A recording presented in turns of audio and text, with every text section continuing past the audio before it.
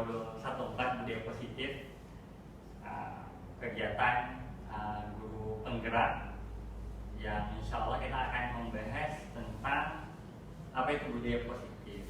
Nah, sebelum kita ke budaya positif, ada beberapa pertanyaan yang coba kita kaji bareng-bareng nih. Kiranya, ya yang pertama nih, sepakat atau tidak sepakat, setuju atau tidak setuju. Yang pertama, hukuman dapat mendisiplinkan anak. Seperti apa pandangannya? Setuju. Oke, baik. Kurang setuju. Tidak setuju dalam dunia pendidikan. Tidak setuju dalam dunia pendidikan. Oke, next. Pemberian hukuman dengan hal positif seperti membaca atau membersihkan halaman sekolah dapat meningkatkan disiplin anak. Setuju. Oke, berikutnya lagi. Memberikan penghargaan dapat meningkatkan motivasi belajar anak. Setuju. Oke, berikutnya. Nah, ini dia yang akan coba kita bahas malam hari ini.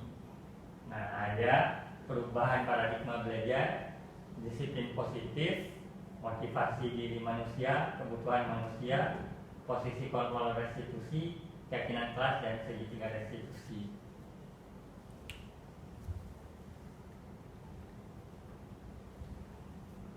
Nah, sekarang kita coba untuk di Indonesia, ya, ini ada perubahan baru yang kita lihat, yang mungkin juga sering dilabeli dengan pembelajaran yang paradigma baru. Ini inisiatifnya dari mungkin ya pengalaman COVID dan sebagainya, sempat resetting bahasanya. Nah, ini pembelajaran yang paradigma baru dirancang berdasarkan prinsip pembelajaran yang terdiferensiasi, sehingga setiap siswa belajar sesuai dengan kebutuhan dari tahapan perkembangan untuk mewujudkan profil pelajar Pancasila. Dan hari ini pernah dengar tidak pembelajaran terdiferensiasi? Ya, ini pembelajarannya dirancang untuk bahasanya itu berpihak pada murid.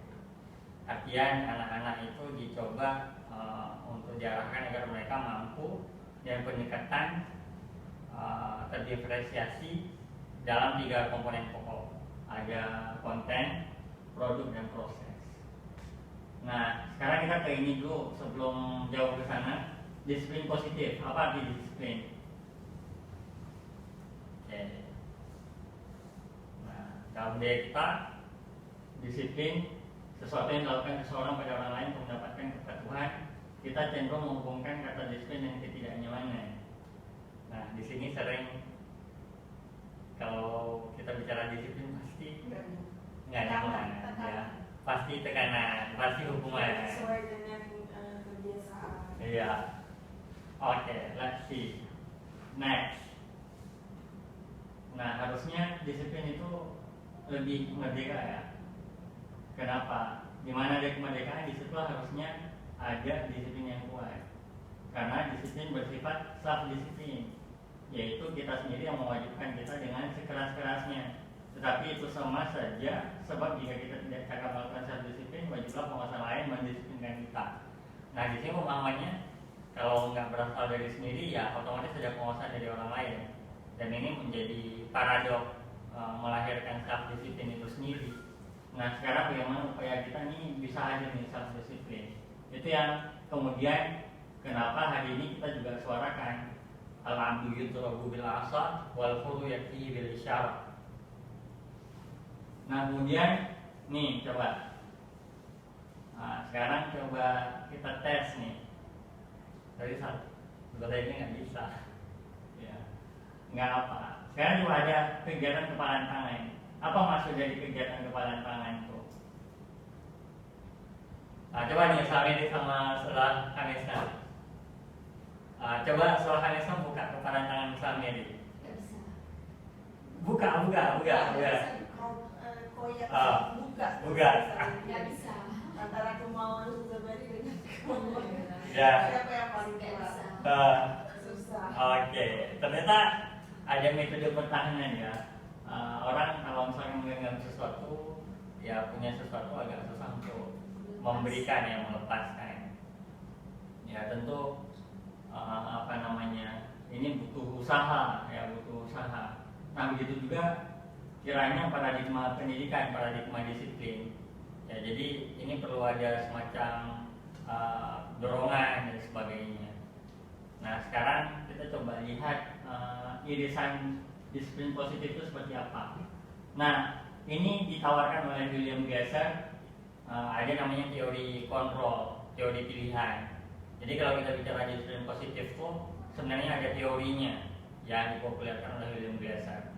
Nah apa? Dia mengatakan Anda tidak bisa mengontrol orang lain, hanya Anda yang bisa mengontrol diri Anda. Maka tadi disebut ada self disiplin. Sejatinya tadi kenapa ditanya apakah hukuman itu ya mungkin bagian dari disiplin, apakah memberikan penghargaan itu dapat membangkitkan motivasi? Nyatanya itu hanya stimulus-stimulus. Tapi kalau kembali lagi ke disiplin positif, itu sebenarnya tidak berrelasi karena yang harusnya ada pada setiap kita itu self disiplin.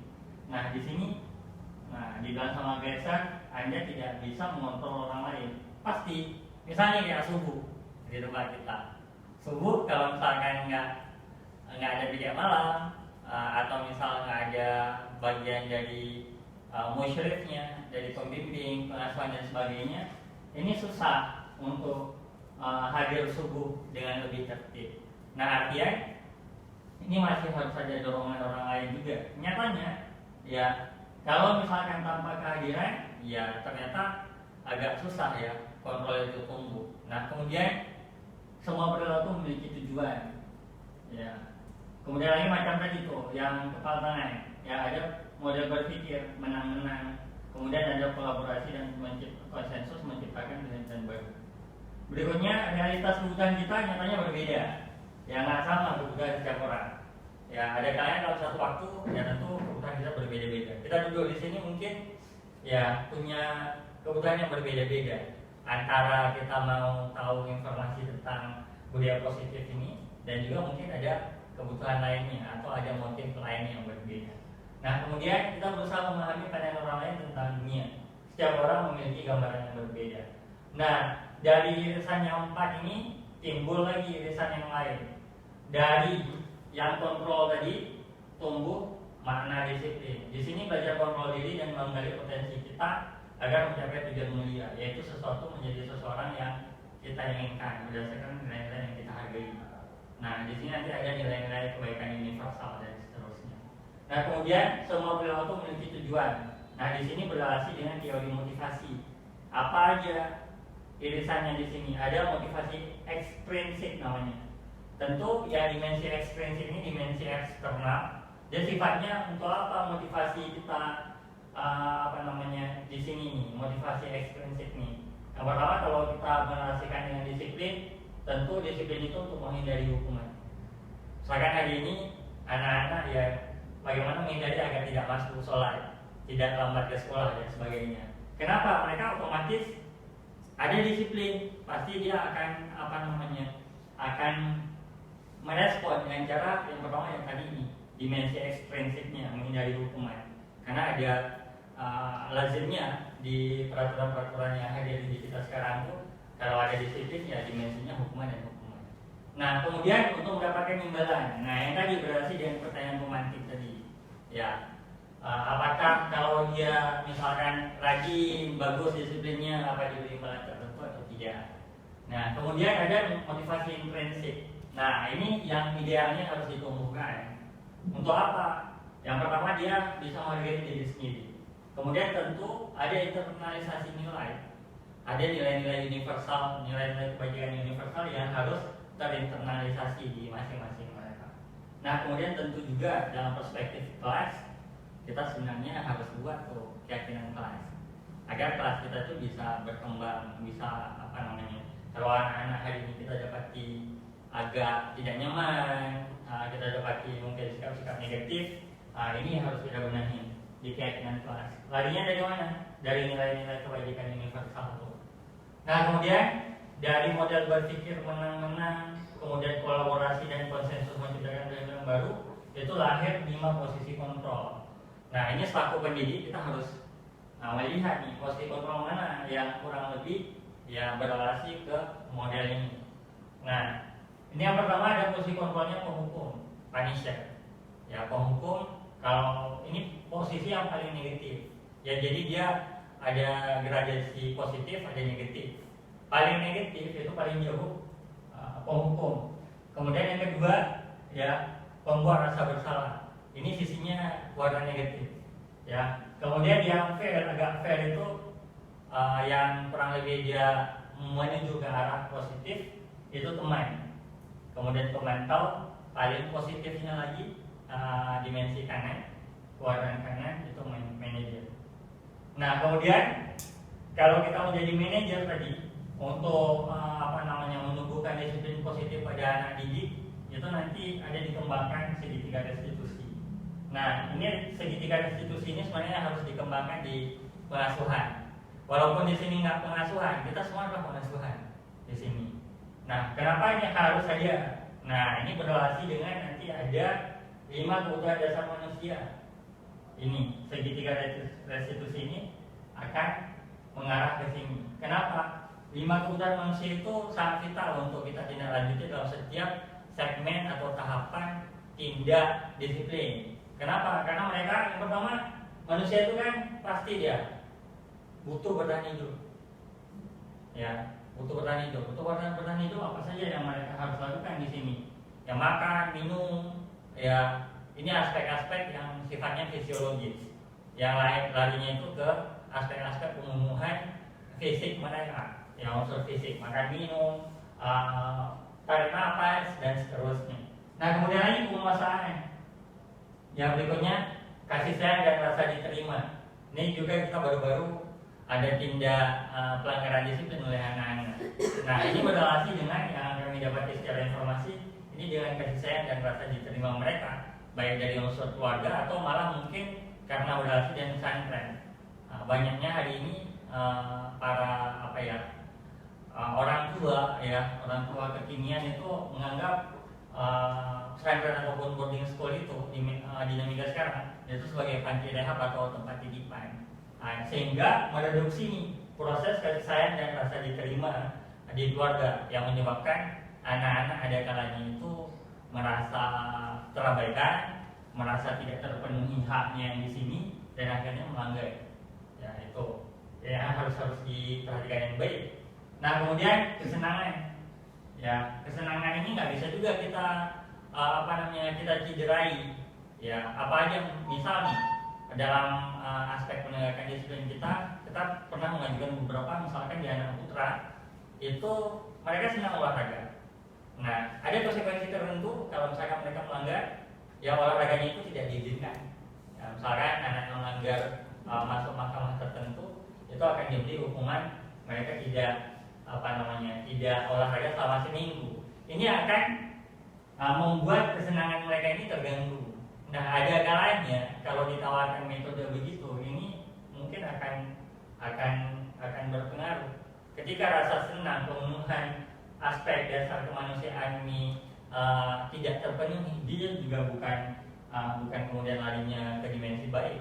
Boleh jadi nanti anaknya makin melonjak, anaknya makin bukan nanti ke arah disiplin, makin akan sering melanggar. Kenapa? Rasa senangnya tadi itu direnggut begitu. Nah terakhir ada kebebasan. Nah ini harus kita perhatikan yang baik nih untuk penanganan orang per orang. Ya, jadi hak-hak dasarnya itu harus kita harus kita petakan apakah itu sudah terpenuhi dengan baik atau tidak. Baru ini dari perspektif ini semua akan lahir nanti disiplin positif yang berhasil dengan self disiplin. Oke. Nah, next, sebagai pendidik tujuan kita adalah menciptakan murid yang merdeka. Secara utamanya adalah disiplin diri, sehingga mereka berperilaku sesuai dengan nilai-nilai kebajikan dan memiliki motivasi intrinsik. Ya, jadi di sini harapannya disiplin itu tidak lagi dengan model tawarannya apakah diberi hukuman ataupun diberi sogokan. Ya, jadi kalau dia misalkan tidak pro, cenderung dihukum. Kalau pro, ya cenderung diberi sogokan, namanya imbalan tertentu. Nah kalau begitu adanya itu tidak akan bebas, atau arti kata mereka tidak akan lahir sebagai murid yang merdeka. Ya, itu kalau dimensinya begitu. Ya. Nah, sekarang coba kita lihat nih, ya, teori motivasi perilaku manusia untuk menghindari ketidaknyamanan hukuman. Ya, nah ini ada pertanyaannya, apa yang akan terjadi apabila saya tidak melakukannya? Nah, mungkin pertanyaan ini ya coba kita ajukan dalam posisi posisi pendampingan ya, posisi penindakan disiplin. Ya, ini pertanyaan-pertanyaan yang dapat diajukan sebagai bentuk menstimulus nih, ya, atau menggali ketika anak-anak dalam posisi kurang disiplin atau oleh pamongnya, oleh pengasuhnya, atau oleh mungkin juga di sini BK dan sebagainya. Nah, kemudian yang kedua, untuk mendapatkan imbalan dari orang lain, institusi, apa yang akan saya dapatkan apabila saya melakukannya? Nah, ini dua-duanya motivasi eksternal. Yang di atas dimensinya hukuman, yang di bawah dimensinya itu imbalan. Kemudian ini yang terpenting nih, ya, yang harus kita coba bentuk untuk menghargai diri sendiri. Saya akan menjadi orang yang seperti apa bila saya melakukannya. Ini yang belum terlalu terbina, terpola. Jadi yang masih yang masih ada dua dimensi di atas yang sifatnya adalah eksternal. Ya, sedangkan yang dimensi yang ketiga ini masih belum terlalu belum terlalu nampak, ya, belum terlalu nampak. Jadi ini PR kita bersama bagaimana menumbuhkan motivasi internal nih. Tujuannya agar bisa ada disiplin positif. Oke, next ya. Ini skip aja. Skip. Nah, ini konsep disiplin dan identitas gagal. Nah, kalau kita beri hukuman, pasti hukuman itu akan berrelasi dengan rasa sakit, tidak nyaman, ya, murid takut. Tentu juga hukuman itu ada nuansa paksaan, ya, ada nuansa paksaan. Kemudian tentu juga anak-anak itu ya sembunyi-sembunyi dalam melakukan kesalahan. Ya, harus ada Jesus kalau di kita, harus ada mata-mata style. Kemudian tentu juga di sini dimensinya merasa rendah diri, ya, seakan mereka itu orang-orang yang yang tidak dapat dipelihara oleh pesantren. Ya, ataupun di sini mereka mungkin kalau dimensi kriminal ya narapidana dan sebagainya, tersangka dan seterusnya. Nah, ini dimensi-dimensi yang berrelasi dengan rendah diri.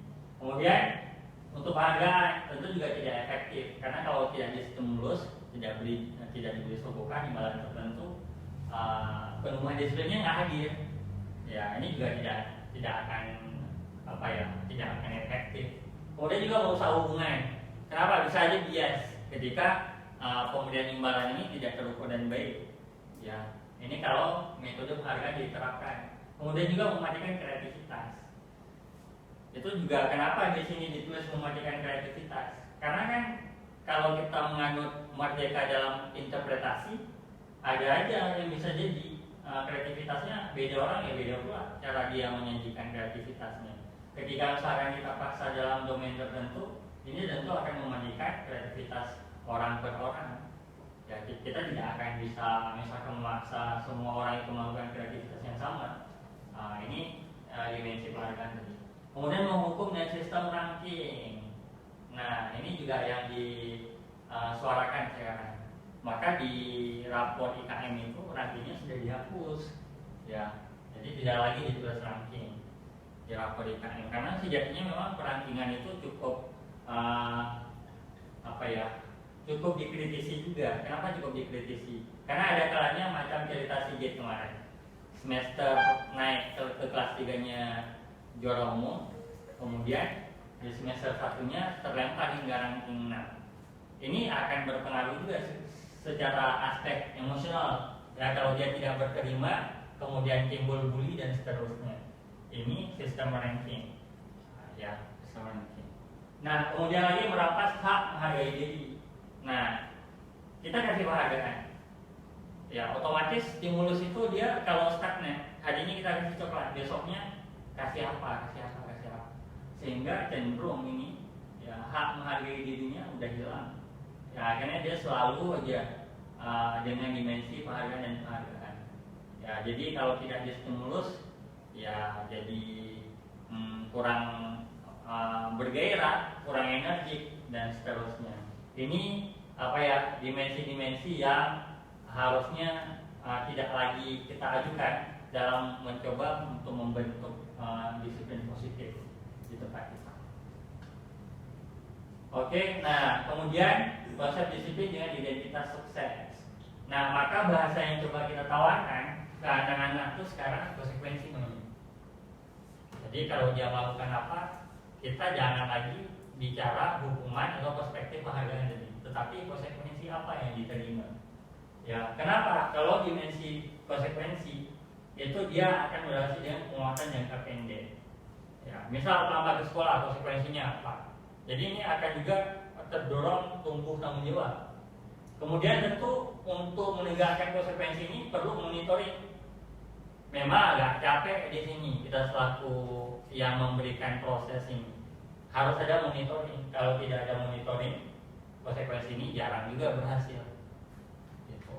Misal di UKS, ya kalau nggak kita beri konsekuensi ini, kalau misalkan tidak mencuci piring-piring piring-piring di UKS, apa nih yang akan diterima misalkan, ya atau konsekuensi apa yang diajukan begitu.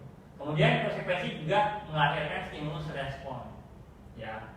Jadi di sini akan melahirkan stimulus dan respon. Jadi stimulusnya apa, kemudian direspon bagaimana, ya. Tadi kalau kelasnya jorok, ya konsekuensinya apa yang akan diterima? Bagaimana kemudian mereka merespon?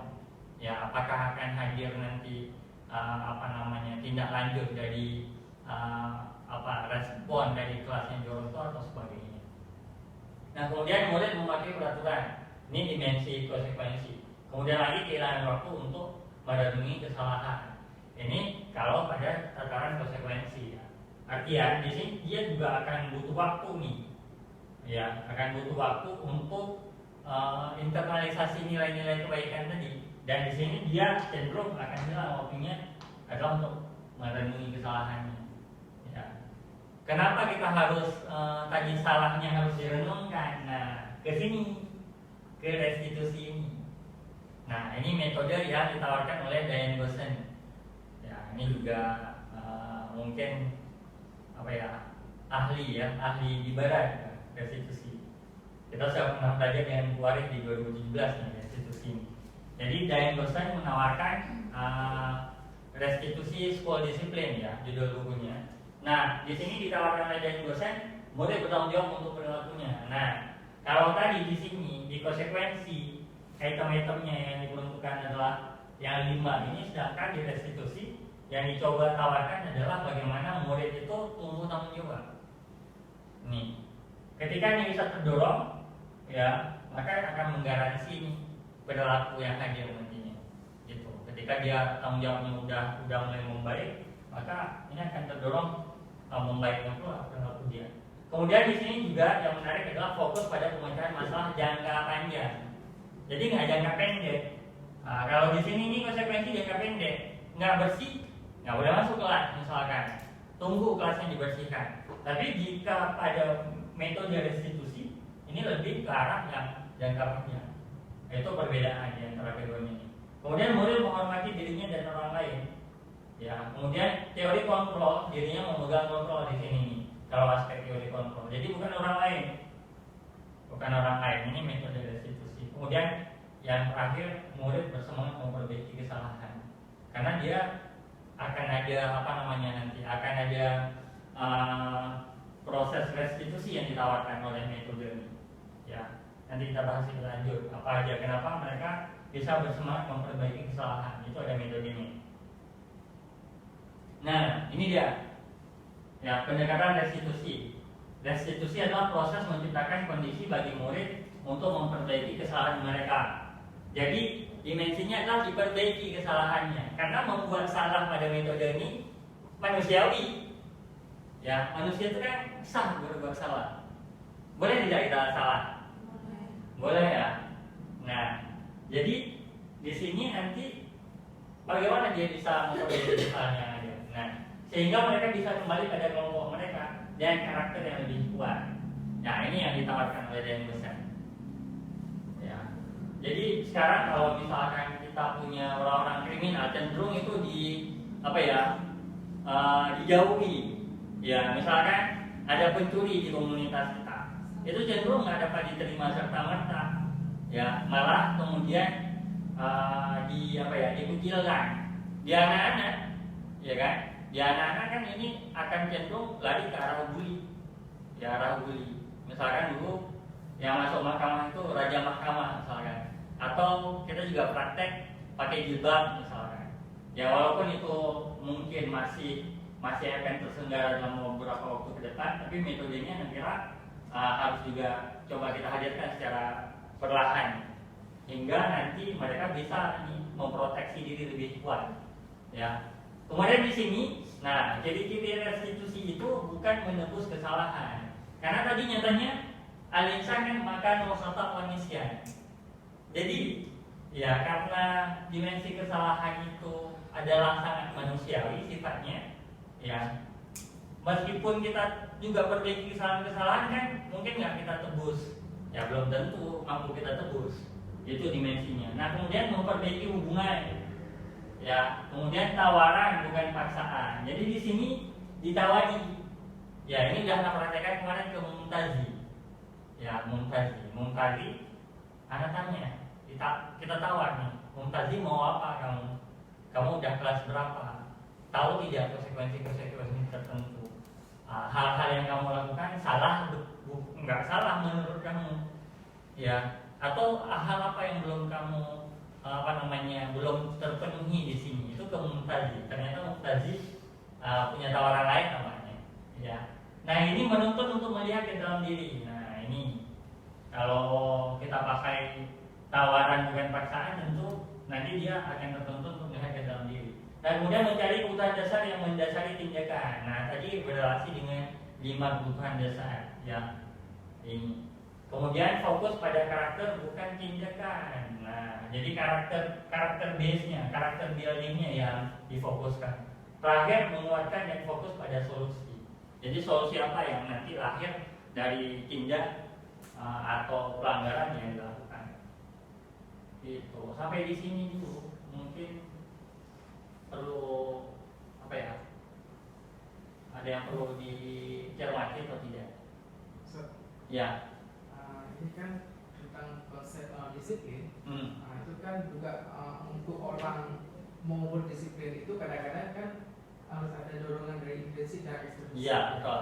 Dan ini kalau misalnya orang ingin melakukan suatu pekerjaan dia untuk mendisiplinkan diri, tetapi kebutuhan dasarnya itu nggak tercapai, itu akan menjadi susah. Betul. Salah satunya yang menjadi faktor yang sangat penting itu, kalau yang pertama itu adalah dari faktor fisiologis, yaitu makan dan sejenisnya. Kemudian yang kedua itu adalah rasa aman. Betul. Nah, kalau misalnya pada anak-anak itu kan sering juga masih ada rasa bully ini. Yeah. Itu berarti kan rasa amannya yang nggak tercapai. Bagaimana cara supaya seorang kita sebagai guru ini untuk bisa mencari tahu bahwa keadaan si anak ini yang sedang terancam ini supaya dia mendapatkan rasa aman kembali, itu bagaimana, Pak? Oke. Nah, kembali ke sini nih, setelah ini. Ini yang dapat kita kembangkan, ya. Tadi kalau rasa aman di penguasaan dia, di kebebasan dia juga, ya, dimensinya. Nah, perlu kita telusuri kalau memang tadi basisnya bully ini nanti berrelasi dengan nilai-nilai kebajikan universal yang sebenarnya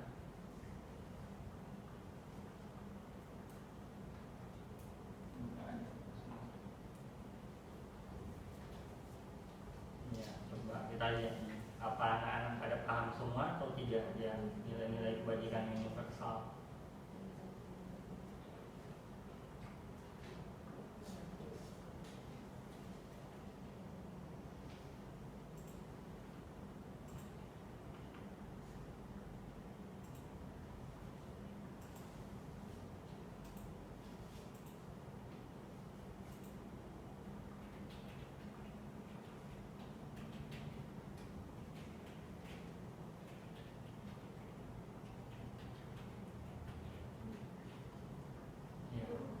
Nah, ini yang harus ditunggu kembangkan dulu. ya.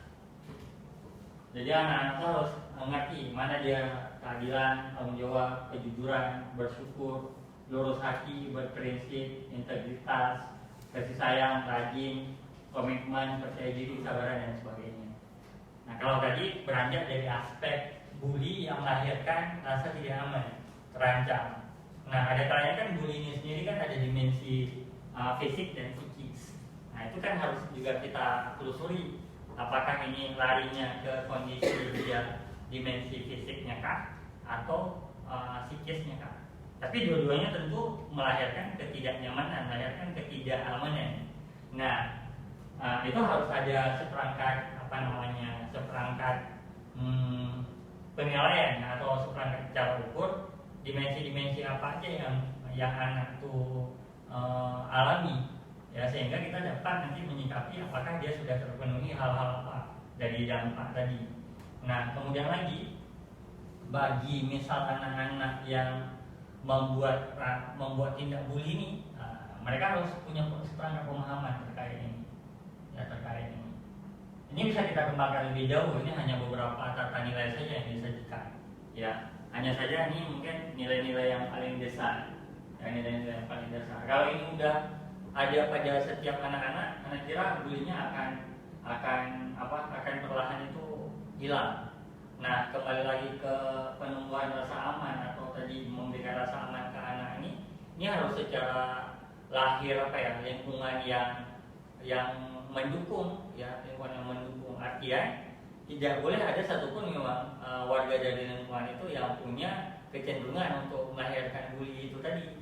Karena kan lepas ada satu tetap dia nggak nihil. Ini kan menjadi persoalan. Tetapi kita menihilkan pun kan juga berrelasi dengan 5 kebutuhan dasar manusia yang sangat berpengaruh untuk kemudian juga dia melahirkan tindakan-tindakan tertentu. Maka kenapa sejatinya manusia itu juga nggak akan netral ke istilahnya itu ke menjadi malaikat, nggak mungkin, ya, nggak mungkin. Pasti ada dimensi nafsunya, dimensi manusianya. Nah, tapi kita yang fair enough, maksud fair enough begini, bagaimana mereka dengan kesadaran pribadi dan kesadaran masing-masing punyalah ini di masing-masingnya, sehingga tadi keberadaan bully itu bisa kita minimalkan atau bisa kita kontrol dengan restitusi tadi prosesnya. Nah, memang ini butuh waktu, menantang nih untuk kita coba tawarkan restitusi ini, ya, menantang. Tapi kalau kita coba dengan bertahap yang betul-betul konsisten, Anda mengira ini bisa lahir disiplin positif ini di tempat kita, ya, bisa lahir. Kenapa bisa lahir? Nah, di sini coba lihat perbedaan hukuman. Kenapa sekarang yang dikeluhkan atau yang diutarakan oleh pertanyaan Ustaz Zulhaim ini masih bagaimana cara, ya kan? Karena memang masih mengemuka nih, masih ada terus laporan saban waktunya. Karena tata laksana pendisiplinan kita masih begini nih, kurang lebih. Ya, kita nggak sebut kalau di tindak disiplin tidak kita sebut penghargaan, karena jarang untuk kita beri apresiasi. Tapi masih dalam aturan ini, ya, aturan ini. Sehingga, ya, dia tetap akan terstimulus untuk melakukan tindak bully tadi itu juga. Karena ini berhasil nih. Khalil membuli temannya, ya, lantas kita hukum. Pasti dia nggak puas, ya, karena kena hukuman, ya. Berarti di sini kalau udah dia dihukum menyakitkan, ya. Misal tadi kalau berrelasi dengan kesenangan, jatahnya sore ya, dia bisa leha-leha, bisa main-main. Tiba-tiba dia misalkan harus berdiri setengah kaki di tengah lapangan, misalkan, ya, senangnya udah terenggut. Dia pasti malah mungkin kalau pada anak-anak yang nggak berterima dengan wajar, malah membuncang lagi rasa marahnya, malah nanti ya makin menjadi. Nah, ini kan akan timbul ke arah sana. Nah, berikutnya lagi, ya, di sini nih, membuat anak sakit fisik maupun hati jangka waktu lama. Nah, ini yang dimensi hukuman tadi, itu yang harus kita perbaiki, ya. Kemudian malah dia akan timbul kebencian terhadap disiplin itu sendiri. apa tuh disiplin. Makanya kalau kita buat disiplin itu dirobek-robek, ya karena belum berpihak pada mereka. Ya ini permasalahan nih. Ya orang tuh lihat kalau dimensi masbuk, kok kami yang kecil-kecilnya aja yang paling taat, yang besar-besar kok bebas-bebas saja. Nah, itu juga menjadi persoalan. Ya kemudian yang paling mengerikan, mendorong anak menyakiti diri sendiri. Ini pernah terjadi pada Ismi Razona. Nah, jadi dia nggak lulus kemas. Laporan ayahnya itu dia dari sini urat nadi. Ini, itu juga berbahaya karena hukumannya begini. Kalau dia nggak tuntas kemas waktu itu, dia masih pending naik kelas bersyarat nih. Itu kan dimensi hukuman menyakiti diri. Nah kemudian juga kalau melahirkan kalau usah pilih yang buruk, dia merasa inferior anaknya, nggak akan tumbuh dia menjadi lebih kayak merdeka, senang gembira dan seterusnya. Kemudian anak belajar untuk menyembunyikan kesalahan tadi. Kemudian akan ada juga dimensi marah, rasa bersalah, dipermalukan, merasa tak dihargai. Nah kalau untuk konsekuensi ini ya dimensinya ya itu. Nah kalau tadi kembali ke rasa tidak aman, satu ini yaitu yang bisa Anda jawab ya, artian mereka harus mengerti nih posisi-posisi nilai-nilai kebaikan universalnya ya, karena untuk membantu lahirnya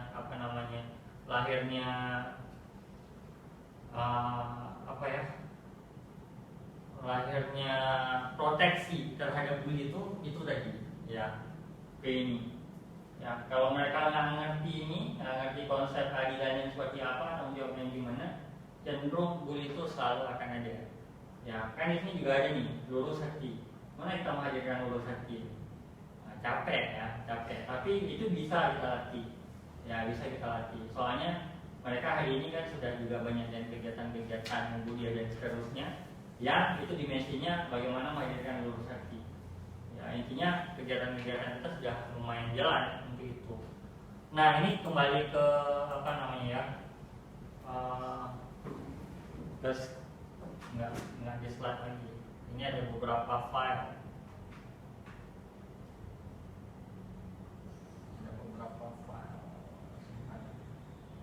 Nah,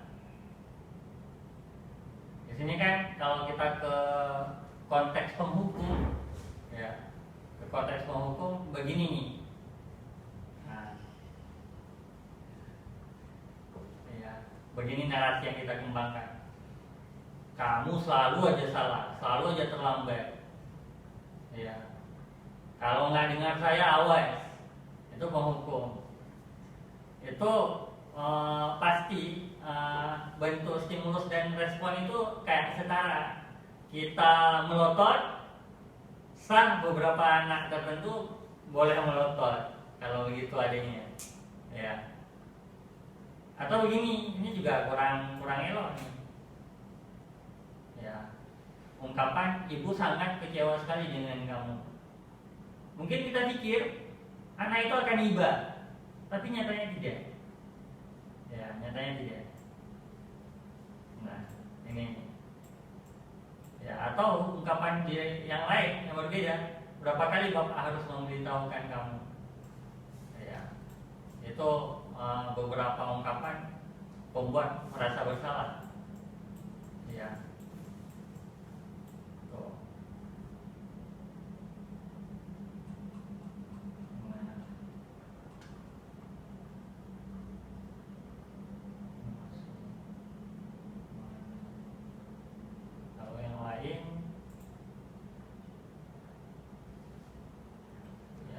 Nah ini pertanyaan restitusi nih, ya. Nah ini berarti dengan nilai-nilai kebaikan universal. Pertanyaan yang dapat kita ajukan ke anak-anak itu begini: kamu ingin menjadi orang seperti apa? Ya, kamu akan terlihat, terdengar, dan terasa seperti apa kalau kamu sudah menjadi orang yang seperti itu? Ya, apa yang kamu percaya tentang bagaimana orang harus memperlakukan orang lain yang tadi? Ya, jadi pertanyaan ini dapat kita ajukan. Tapi bukan bagi si korban, bagi yang melakukan tindak bully tadi. Ya, Apa yang kamu percaya tentang bagaimana orang harus memperlakukan orang lain? Apa yang akan direspon oleh anak bersangkutan gitu. Kemudian bagaimana kamu mau diperlakukan ketika kamu berbuat salah? Nah ini nggak pernah kita tanya. Kalau berbuat salah seperti apa dia idealnya diperlakukan? Apakah harus dihukum? Apakah harus misalkan get out? Nah ini ada yang anak tawarkan ke si Mumtazi kemarin. Ya. Jadi dia menawarkan, jangan keluarkan. Ya, apakah kita sepakat? Ya, kan tentu kita akan menilai lebih lanjut. Gitu. Nah, kemudian apa nilai yang diajarkan di keluargamu tentang hal ini? Apakah kamu memegang nilai ini? Nah, ini berarti juga dari tataran keluarga. Ya, karena kalau kita bicara perspektif anak murid, peserta didik, siswa dan sebagainya, ini juga tidak boleh lepas dari dimensi keluarga juga, karena tetap mereka nanti akan pulang ke keluarga. Kemudian kalau tidak, lalu apa yang kamu percaya? Ini pertanyaan. Nah, ini kalau untuk ya pertanyaan-pertanyaan yang menuntut melihat ke dalam diri. Kemudian kalau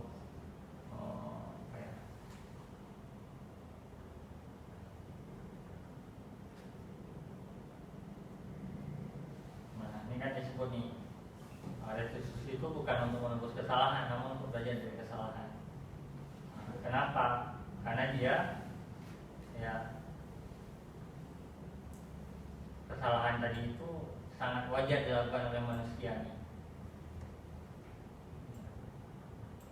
Nah di sini dibilang nih, kalau fokusnya ya misal nih ada anak yang merusak jendela ya. Dalam restitusi, ketika mulai berbuat salah, guru tidak mengarahkan untuk menebus kesalahan yang membayar sejumlah uang, memperbaiki kerugian yang timbul, atau sekedar meminta maaf. Karena kalau fokusnya ke sana, maka murid yang berbuat salah akan fokus pada tindakan untuk menebus kesalahan yang menghindari ketidaknyamanan. Nah, pasti berarti dia hanya berpikir ke jendela yang rusaknya aja tuh. Atau mungkin ke temannya yang dilempar aja tuh. Macam kemarin Mulfah lempar Aulia pakai stipo dilempar, buat kena sini nih, syukur gak kena mata, kena di hidung sini nih, hampir ya anak takutnya luar biasa. Nggak bilang, ayo Mulfah, masalah itu tidak boleh. Ya, soalnya dia agak merasa bersalah kali, datang ke si Aulia peluk-peluk, Aulia, hapus-hapus air mata. Ya, tapi apakah selesai dia begitu? Nah, ini terjadi di anak-anak masih. Nah di sini kalau kita berbuat begitu, ya maka murid yang berbuat salah akan fokus pada tindakan untuk menebus kesalahan dan menghindari ketidaknyamanan yang bersifat eksternal, bukannya pada upaya perbaikan diri yang lebih bersifat internal. Padahal yang kita mau bagaimana dia bisa tahan diri nih, nggak hostil ya, nggak kayak misalkan diledek dikit langsung respon. Ini kan masih kencang di anak-anak. Ini artinya tidak ada nih upaya perbaikan diri, masih cenderung kalau ada stimulus tertentu seserta dia merespon. Jadi sifatnya timbal balik masih ya, pada hal-hal yang sifatnya itu mungkin merasa terinvasi mereka, diserang dan seterusnya. Nah kemudian biasanya setelah menebus kesalahan, orang yang berbuat salah akan merasa sudah selesai dengan situasi itu hingga mereka merasa lega. Nah ini juga persoalan. Setelah kalau cerita ke Ulfah dan si Aulia, setelah Aulia bilang nggak apa Hai, kan biasa aja, nggak masalah tuh, toh sedikit nih lukanya sini, aman nggak apa. Udah selesai, netral lagi si Ulfahnya, uru-uru dada. Berarti dia ya merasa udah baikan si Aulianya, yang nggak pun dia nuntut balas, berarti dia udah merasa aman lagi. Nah kemudian ya di sini seolah-olah kesalahan tidak pernah terjadi. Ini juga menjadi persoalan. Ya, kalau tadi dimensinya itu kita melihat restitusi itu sebagai bentuk untuk menebus kesalahan ya. Nah begitupun juga terkadang bisa juga muncul perasaan ingin balas dendam bila orang yang berbuat salah sebetulnya merasa tidak rela harus melakukan sesuatu untuk menebus kesalahannya. Nah ini juga menjadi persoalan juga nih. Ada tuh Kalau tindakan untuk menebus kesalahan dipahami sebagai hukuman, maka mungkin mereka berpikir untuk membuat situasinya menjadi impas. Nah, ini persoalannya. Jadi ada nih kategori-kategori impas, menang, kalah, dan seterusnya. Ada pada anak-anak tuh. Kalau pada anak kelas 1, ini masih sering terjadi nih anak kelas 7. Sampai misalkan kayak kelahi itu. Kenapa masih terus kelahi? Nah, kalau kasus kita mungkin pada astagfirullahaladzim. Pada siapa yang kelas 3 tuh? Anissa sama siapa? Sama Syifa Arifta. Itu sebenarnya mereka kayak mencari nih antara menang kalah atau posisinya harus impas posisinya. Nah, itu menjadi persoalan. Makanya ini menarik untuk kita kaji dan kita coba terapkan. Apakah bisa berhasil atau tidak? Memang sekali lagi butuh waktu, butuh usaha lebih keras. Tapi Ana setelah baca ya, setelah coba juga menerapkan di beberapa, itu ada dampaknya. Dampaknya mana? Ini yang udah coba kami tawarkan di kelas, itu keyakinan kelas. Ya, keyakinan kelas. Sebentar. Keyakinan kelasnya. Nih. Ya, bentuk. Tapi ini bukan bentuk yang konkret. Ya, yang konkretnya ini. Yang konkretnya, tapi sebentuk aturan kelas nih, sebentuk aturan kelas. Cukup didengar sama anak-anak.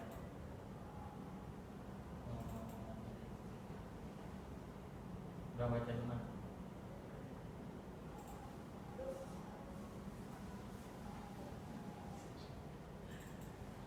Ini yang Anda tawarkan. Ya, ini. Ya. Jadi ada aturan dan tata nilai. Ya, misalkan mereka menghargai waktu nih, berapa time, kemudian participate in all activities, listen to your teacher, try to use English, respect your classmates. Ini aja yang coba kita tawari nih di awal. Kalau mereka ada tawaran lain, boleh aja, ya boleh aja untuk ditawari, untuk ditambah. Tapi setidaknya ini yang diajukan. Lumayan berlaku sih, lumayan berlaku walaupun tidak rapi setiap pertemuan. Ya, ini di kelas 3 A, B, C, di kelas B sama C ini masih tertempel namanya. Ya, ini berrelasi dengan yang pertama. Ini bentuknya aturan ya, tapi juga ada tata nilai keyakinan kelas tadi yang ingin dikembangkan. Jadi bagaimana mereka menghargai, bagaimana mereka punya adil untuk partisipasi, rasa hormat, ya, dan seterusnya. Itu. Ini sih terakhir yang ingin diharapkan bisa ditumbuhkan dengan baik. Yang dari yang sederhana, ya tidak perlu yang misal jauh-jauh kali enggak. Ya hari-hari mungkin jadi aturan kamar, bisa dikembangkan aturan ruang, ya, dan sebagainya. Karena dari situ nanti akan terdorong mereka tumbuh keyakinan-keyakinan yang lebih membaik. Misalkan hari ini cenderung kita paksa lah harinya, ya kemana-mana. Dalam setiap kegiatan tuh pasti harus dihitung-hitung. Kalau masih dihitung sepanjang waktu, artian untuk ke arah penumbuhan self disiplin itu masih belum gencar lahir. Nah, tadi stimulusnya yang kita coba tawarkan ini, ya, dari perubahan paradigma, ya, hingga ke posisi kontrol tadi ya. Ini nggak bermasalah apalagi, nggak tahu kenapa nggak muncul. Saya nampak nggak?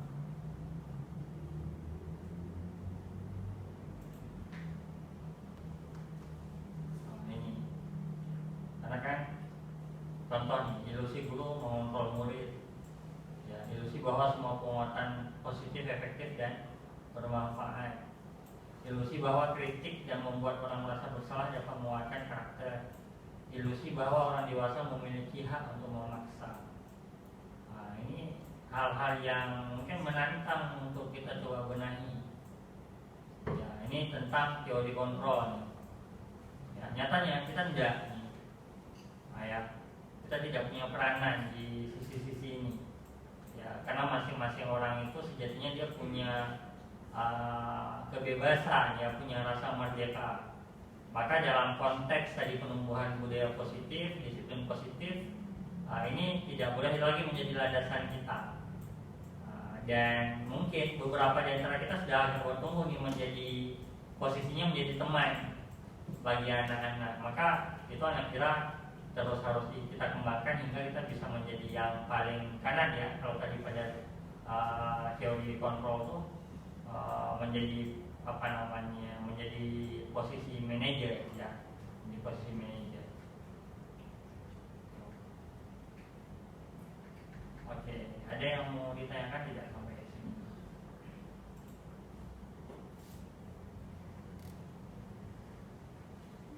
Berarti dah nangkep, ya. Ustaz, ini kan tentang budaya positif. Ya. Padahal di lomba ini kan memang sudah tertera semua aturannya. Betul.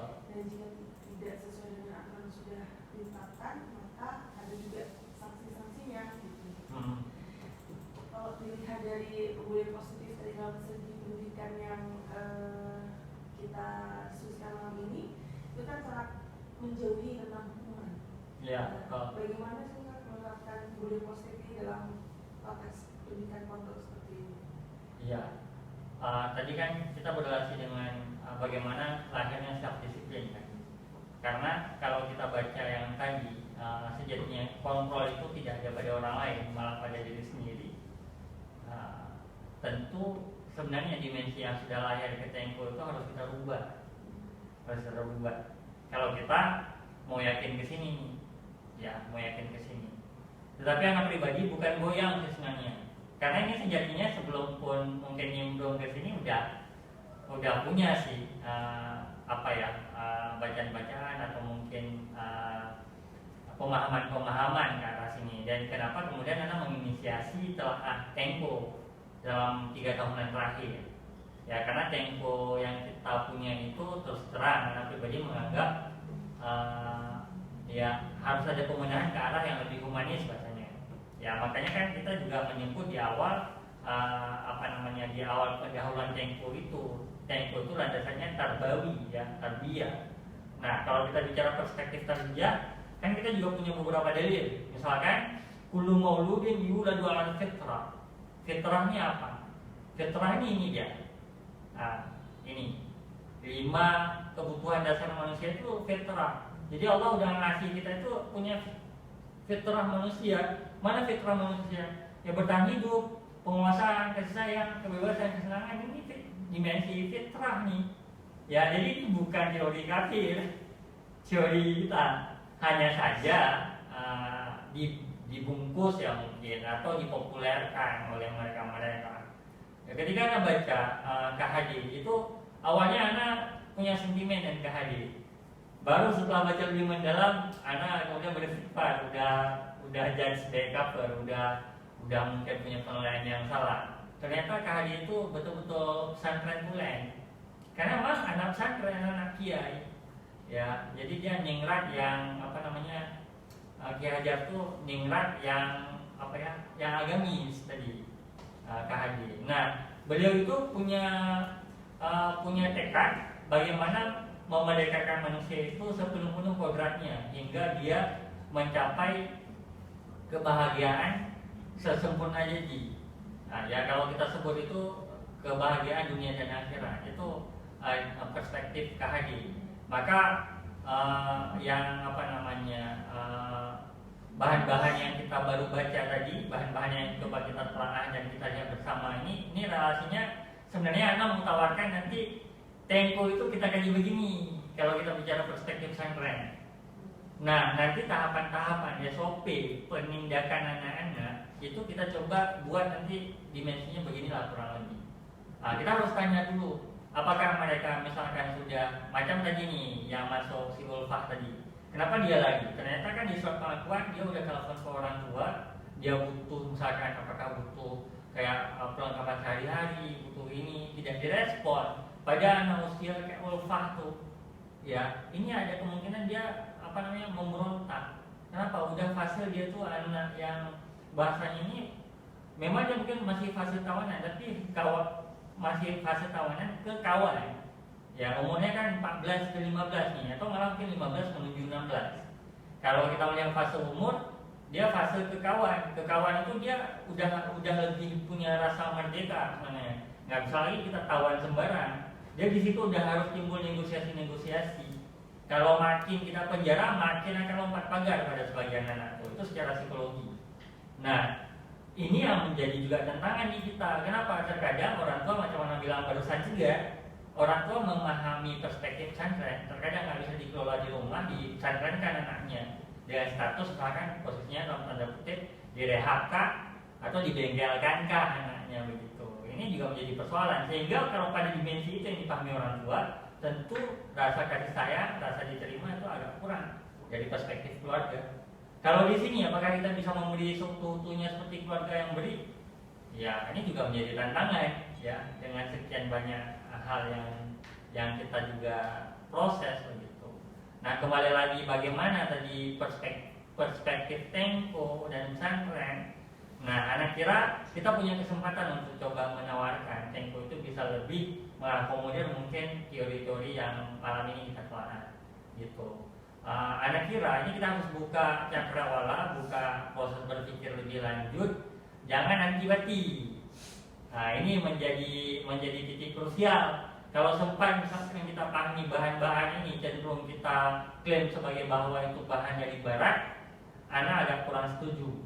Walaupun tadi ahlinya barat tadi, ya, tetapi setelah anak kaji ternyata itu tidak utuh sebenarnya dari barat. Mereka hanya menyadur juga sebagiannya, ya, menyadur dari teori-teori kita. Misalkan tadi teori 5 human basic needs ini berasal dari teori fitrahnya di konsep Islam, ya, di konsep Islam. Kemudian teori-teori juga kebajikan universal juga begitu. Ini kan makanya anak counter dengan Islam rahmatan lil alamin. Kan nilai-nilai Islam sebenarnya tuh, ya, malah lebih paripurna, lebih universal. Hanya saja itu diklaim oleh beberapa pihak dan mereka punya semacam paten. Itu yang menjadi juga anak kira harus harus kita kritisi. Kemudian kita harus harus ambil bagian, ambil perannya gitu. Jadi kita harus ada peranan di sana untuk memproteksi ini. Maka ini butuh usaha bersama. Ya, bisa nggak kita buat? Jadi nanti alfa bisa nggak, misalkan Tempo tuh kita siarkan ke orang lain, nggak untuk perspektif kita aja, nggak untuk konsumsi di dalam saja, gitu, dengan bahan-bahan ini. Itu sih yang akan tawarin. Ini makanya mungkin kita buat beberapa pertemuan yang para pihak ya kayak gitu. Ya, tujuan akhirnya itu sih nanti Temponya bisa lebih ini. Nah, ini contoh barang lagi nih, keyakinan kelas. Kembalikan barang ke tempatnya, bertanggung jawab, dilarang mengadu orang lain, saling menghormati, ya, hadir di sekolah 15 menit sebelum pembelajaran dimulai. Apa tuh? Ini ya, dilarang melakukan kekerasan. Kenapa? Iya. Dilarang menggunakan narkoba. Nilai yang diumumkan apa? Kesehatan. Ya, karena kan mudarat bagi fisik dan psikisnya ya. Itu kan dimensi kesehatan. Kalau sekarang kita tanyakan anak tuh nggak dipahami secara utuh. Bergantian atau menunggu giliran nih antri. Apa aja nilai-nilainya di sana? Menghormati orang lain, ada empati, gitu. Dilarang merokok. Ya, tidak ada dimensi. Kalau kesehatan ini pribadi. Tapi kalau untuk orang lain, kesehatan dia menghormati orang lain juga iya. Yang macam kemarin Analia Fakir Daus, tukang pangkasnya tuh merokok. Bang, katanya, jangan merokok, saya nggak bisa ini, nggak bisa kena asap rokok. Gunakan masker. Nah, kemarin ketika COVID, ya, ini yang ditemukan kesehatan dan juga keamanan. Ya, kita nggak mau masker, kena COVID orang lain. Kita oke kebal, orang lain belum tentu. berjalan di kelas dan koridor, keamanan keselamatan. Nah, itu nilai-nilai. HP ya Pak, Bisa jadi ini keamanan. Ya, keamanan. Kemudian juga kalau HP bertanggung jawab masuk nggak? Keamanan ya mungkin masuk ya. Kenapa hilang kan? Kalau misalkan HP-nya nanti dicuri, macamnya pun Nurul kan juga apa ya? Jadi persoalan jadi kita. Anak terus terang menjadi beban ya. Hilang HP Bu Nurul tadi ini kan aspek keamanan di sini. Ya, di sini.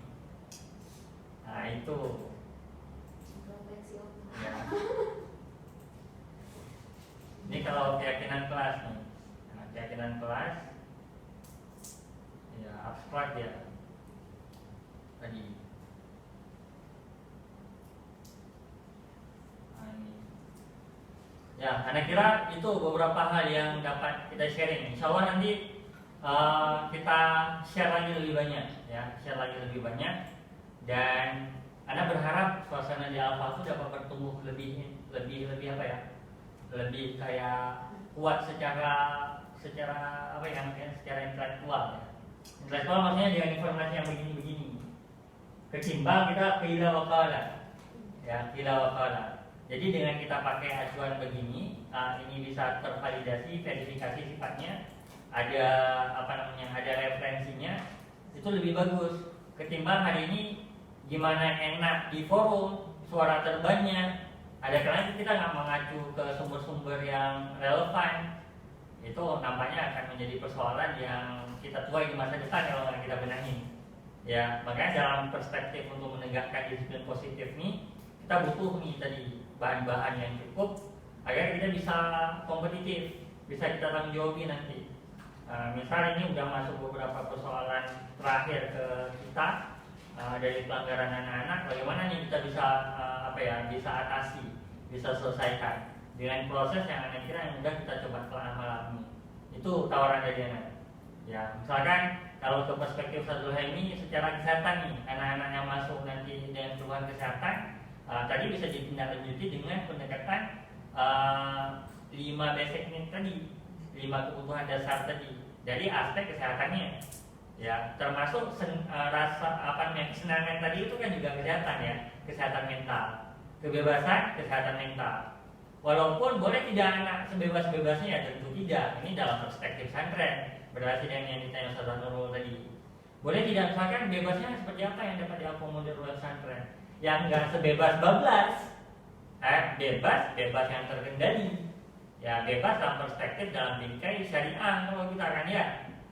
Jadi enggak bebas, maaf dikata bebas misalkan hari ini orang bebas, ada kampanye bebas, ya free, semuanya free atau freedom nih, hingga ya misalkan free boleh LGBT dan seterusnya itu tidak dapat diterima karena kalau ke sana walaupun disebut juga sebagai hak asasi manusia, tetapi ada kemudaratan yang ditimbulkan, itu harus ditimbang. Jadi kembali lagi, apakah nanti akan merongrong tempo yang mungkin akan mengarah ke Ustaz Nurul? Tidak merongrong tempo, tapi bagaimana kemudian dengan apa yang sudah kita bahas malam ini itu tempo itu lebih diperkuat, katanya lebih diperkuat. Anak sudah pernah tawarkan beberapa hal, tapi ternyata belum diakomodir di Tempo. Apakah Anak silap atau mungkin para pihak yang nimbrung di Tempo itu silap memberi perbaikan pada Tempo yang ada. Jelasnya untuk kesehatan, Anak pernah tawarkan beberapa poin yang belum terakomodir. Karena kalau di draft yang Anak punya itu ada, tetapi di draft yang udah tercetak itu tidak ada. Itu di Tempo kita. Nah kemudian ini nanti kita akan bentuk SOP, Anak kira nanti bahan-bahannya yang kita pakai di beberapa hal, baik nanti kejajaran kesehatan, kejajaran tindak disiplin di pengasuhan, nanti juga ke mahkamah bahasa, layanan lainnya itu semuanya nanti coba ini. Misalkan anak-anak hari ini nggak mau berbahasa, berarti pendekatannya seperti apa? Apakah mereka melihat ada nilai manfaat atau tidak? Atau bahasanya hanya dipahami sebagai bentuk hadirnya hukuman dan penghargaan. Misalkan baru tadi pagi kita beri penghargaan yang drakon, ini stimulus. Kalau nggak dibuat drakon, apakah mereka nggak mau berbahasa? Apakah mereka hanya fight untuk drakon aja? Nah, ini bagaimana mereka nanti timbul sadar diri bahwa bahasa itu penting, bahwa bahasa itu bermanfaat bagi masa depan mereka. Ini yang perlu kita coba gelorakan. Nah, makanya nanti ini berrelasi dengan tata kita mengajukan pertanyaan-pertanyaan ke anak-anak. Ini yang bermasalah. Kalau sempat kita mungkin bertanya agak tidak cermat, ini bisa jadi akan timbul respon yang juga tidak kita kehendaki. Nah, gitu. Maka nanti insya Allah anak coba kompilasi dan anak kirim ke grup yang mohon dibaca lagi. Ya mungkin malam ini tidak terlalu maksimal karena memang buru-buru ya. Tapi insya Allah ini sebagai titik awal ya, titik awal kita berbagi. Karena terus terang tadi anak buat grup itu tujuannya mungkin yang paling yang hari-hari ini itu berrelasi dengan banyak anak-anak dan juga anak kira nimbrung bersama anak-anak dan jadi para pihak inilah mungkin kita mulai ya. Nanti insya Allah perlahan bertahap kita akan ke teman-teman yang lain ya, baik dapur dan sebagainya. Tapi tentu dalam forum yang sifatnya lebih terbuka ya, yang sifatnya mungkin tidak